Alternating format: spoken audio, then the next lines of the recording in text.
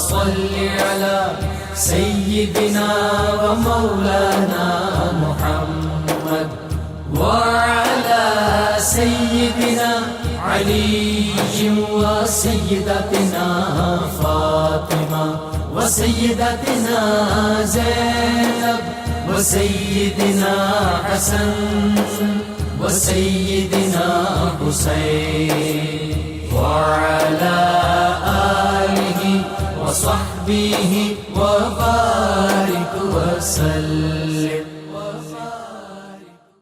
اللهم صل على سيدنا ومولانا محمد صاحب التاج والمعراج والبراق والعلم دافع البلاء والوباء والقحط والمرض والألم اسمه مكتوب مرفوع مشفوع منقوش في اللوح والقلم سيد العرب والعجم اسمه مقدس معطر مطهر منور في البيت والحرم شمس الضحى بدر الدجى صدر العلا نور الهدى كهف الورى مصباح الظلم جميل الشيم شفيع الأمم صاحب الجود والكرم والله عاصمه وجبريل خادمه والبراك مركبه والمعراج سفره وفوق سدرة المنتهى مقامه وقاب قوسين مطلوبه والمطلوب مقصوده والمقصود موجود سيد المرسلين خاتم النبيين شفيع المذنبين أنيس الغريبين رحمة للعالمين راحة العاشقين مراد المشتاقين شمس العارفين سراج السالخين مصباح المقربين محب الفقراء